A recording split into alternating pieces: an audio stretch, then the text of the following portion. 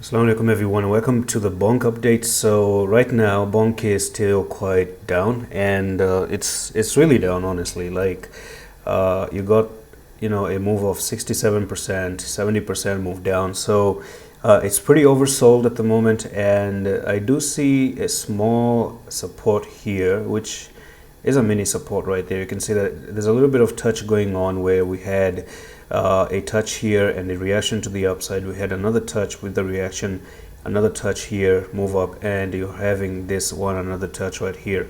Actually, thing is that I still personally see this being a whole pattern that pushes BONK all the way to the downside at the moment. I've talked about this one yesterday, but before we move down, look at the RSI. The RSI is quite positive, because if you look at the RSI shows that it's climbing up and not down. So you have a sideways movement like this, and you have a move to the downside. So there's a very clear bullish divergence for BONK at the moment, and I personally kind of see one small reaction to the upside, because now everyone is kind of bearish, and we may just see a retest of this neckline.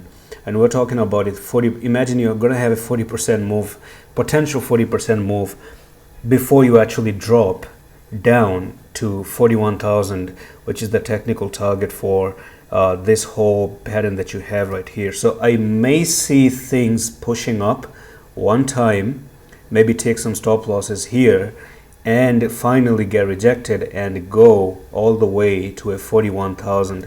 I don't really see this one just dropping suddenly like this. It could actually drop like that, but it would make more sense to have a push up and then go to the downside. Now, don't trade based on how I say it's going to push up, because there is no any technical factor other than this little bit of a support here, and maybe with a stop loss down at 88,940.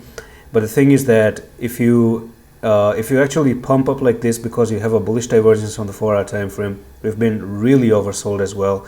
It will make much more sense, and probably it could even be back to this little bit of resistance going on in here. Okay, so probably it's up right over there. It actually starts like this, right? So you're looking for this little bit of a touches right over there, and pump up back up here, get this rejection at the moment. You have this, your previous support, which is now turning into a resistance right there. So this is going to be a very, very big junction at 150,000.